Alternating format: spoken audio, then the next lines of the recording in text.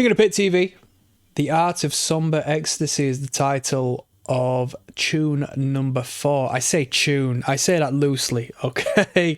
We're listening to Gorguts by... No, we're not. The orchestration of the title of this playlist is wrong! Gorguts should be the start.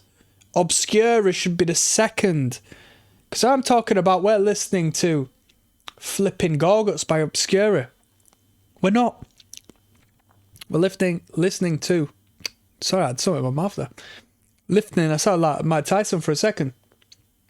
Wow. Mike Tyson, back in the day, nobody questions if the guy was on gear. He held a surprising amount of mass.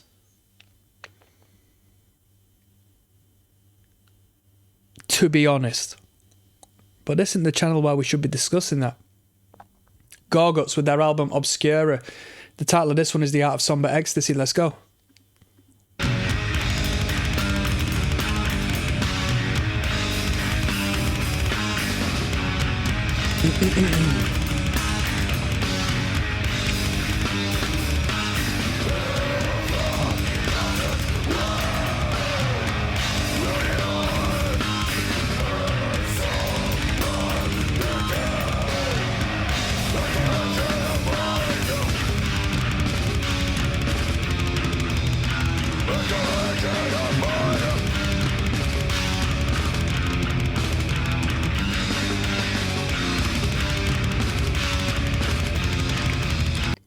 Feels like you're just tumbling down something in slow motion.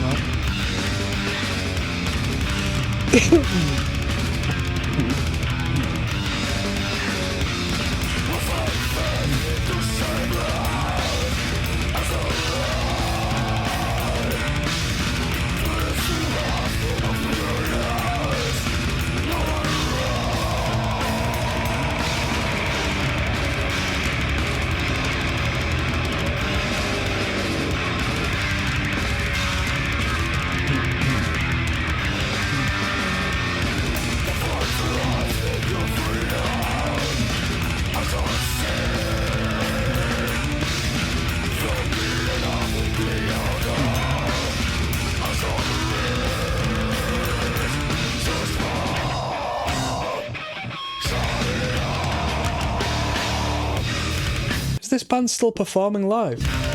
I had seen Gorguts on a bill. Why do we call it a bill? Who's on the bill?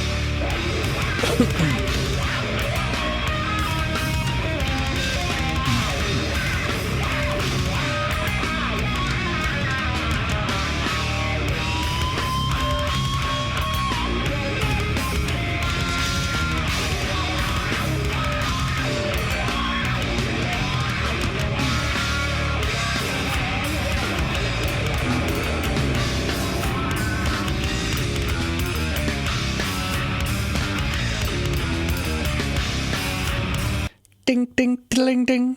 Nice little bell work there, huh?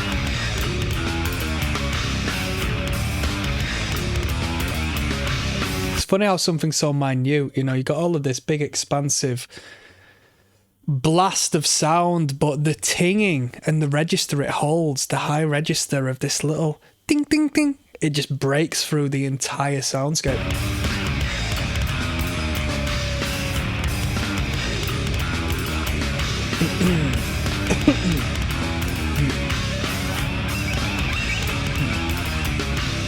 Isn't it weird how we've been social engineered in a way to perceive music as palatable, given it serves a certain sound, whereas music like this is seen as noise, you know, in relation to the value of what is told to be good. I don't say that as a, oh, metal is superior sort of way. I say it just because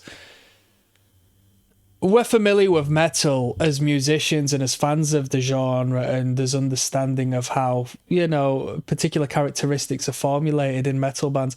We know that there's a down tuning of the guitars and the vocals, like, oh, low and gruff as opposed to like melodic and here, there and anywhere. But that tinging is of such a high register, it sort of elevates and transcends above the primitive swamp of sound that the lower registered qualities of the genre as a general possess. You know, that tinging is of such a high register, one could consider it feminine in relation to the masculine of the low. And why would I say that? I say that because the voice, all right? When one has a higher testosterone, they have a lower voice in relation, generally speaking, you know, across the study. Whereas when a woman is interested, she will elevate her femininity by hiring the register of her voice, right? That ting represents the feminine, which is in the mix here. And, you know, in a way makes it a little less scary for me to hear, and just gets me on a train of thought where I'm thinking it really is just engineering of what's right and wrong.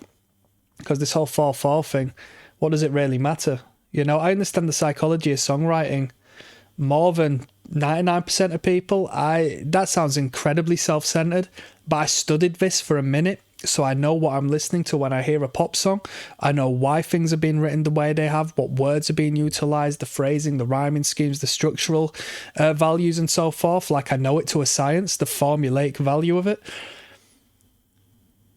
But I've never learned why 4/4 is a thing, because this is a Western, you know, foundational time signature. Whereas in other parts of the world, which, you know, I don't really use this term ever, because it's a buzzword, isn't it?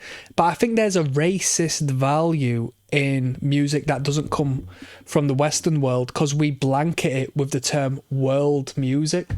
It's like, what's world music? Why can't we just relate it to where it derives? Do you know? I studied music, so this was in the curriculum, and the boundary that was set of my education.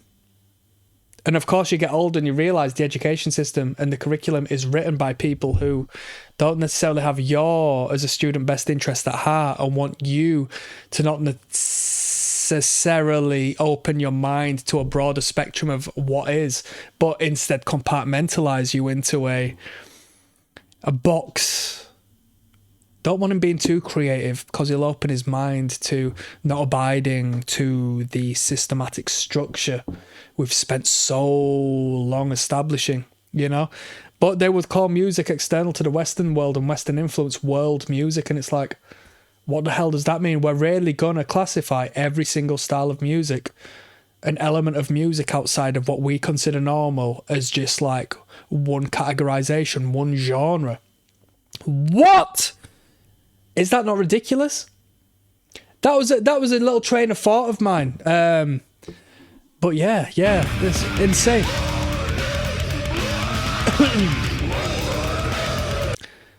I've heard many a different thing, by the way, which I won't go into depth, but when I'm talking about social engineering, considering we're on a Gorguts video where we're talking about Obscura, like one of the more off-trail pieces of music you could listen to in relation to the mainstream narrative. The stories about them preying upon master recordings, literally praying in a satanic fashion before putting it out to the public. Our emotions operate in frequency. The table as to which you might be watching this upon, the television, the computer, at its microcosm, all vibrates. It's vibrational. If you elevate the vibration of water, it becomes steam. And if you lower the vibration, it becomes ice. Vibration is the be-all and end-all. Our emotion emits a vibration, a vibrational form. And what's music?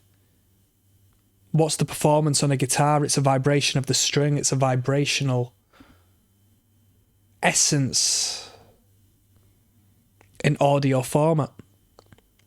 So imagine the mind control one could influence through understanding the universal law of vibration.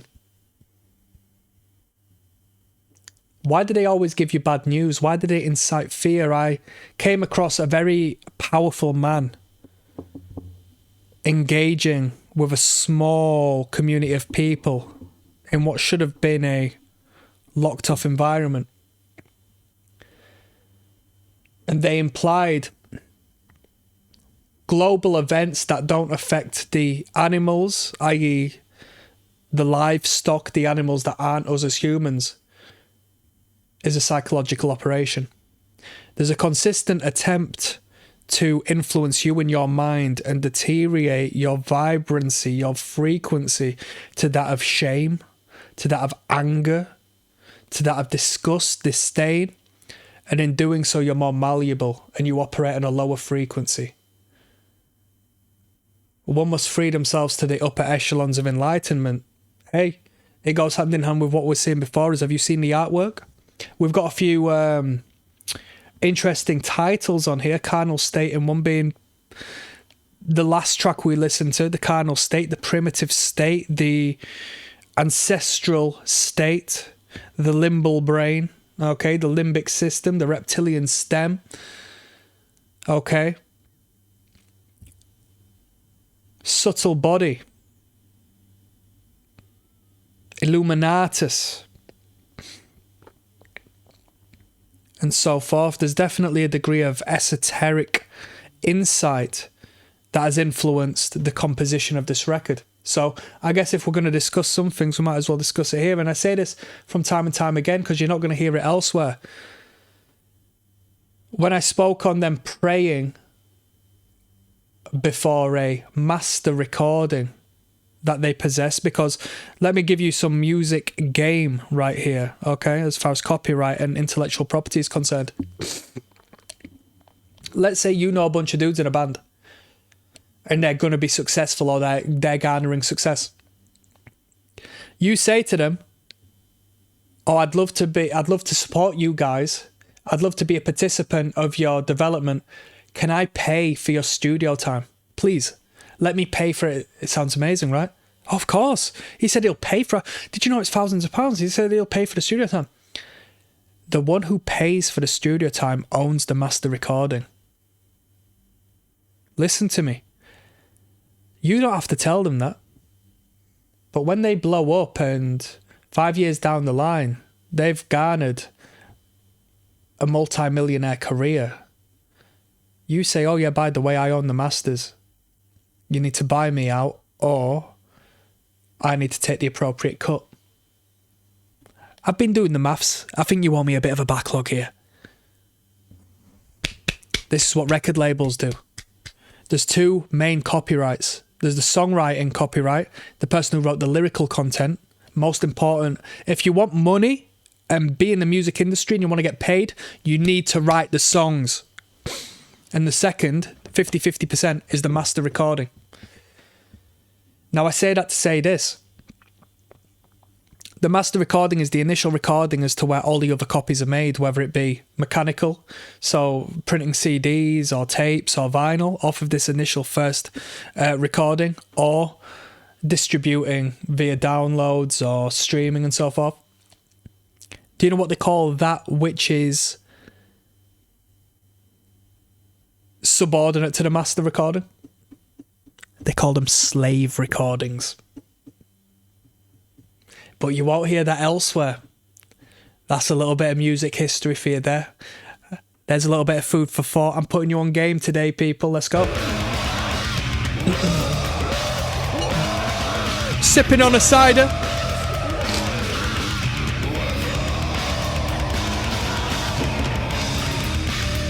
If you understand intellectual property and copyright law, trust me, you can screw over so many bands outside of their awareness. I could be getting paid, I'm not going to tell you how, I could be getting paid each and every night off of bands performing, and they won't even know about it. And I could be getting the credit and the payment in my bank account from it. because I know the legal elements of the intellectual property and they don't, because they're creatives. Or we need to get signed and we need management, or we need people to deal with the business because we just want to write music, man. This is why the artist gets screwed, okay? Real talk. Real talk.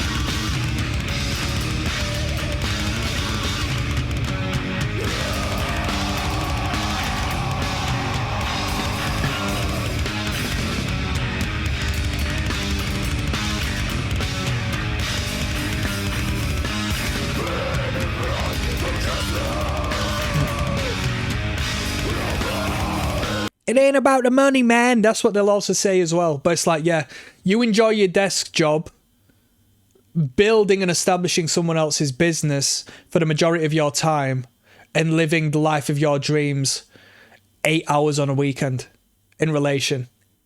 You kind of do have to get paid, all right? I want this to be motivational, inspirational.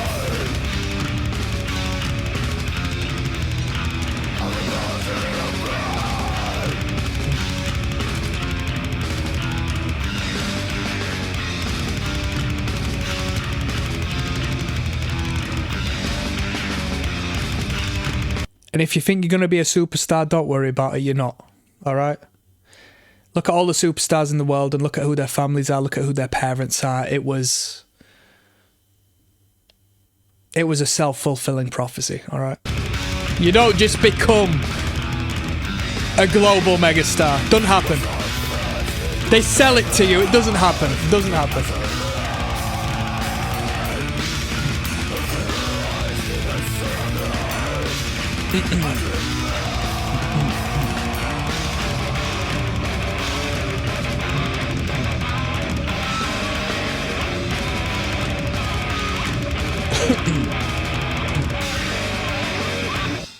That was the art of Sombre Ecstacy.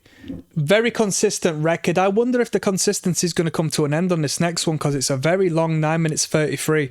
So I wonder if there's a interlude of sorts in this composition. We've got Clouded coming up next. See you there.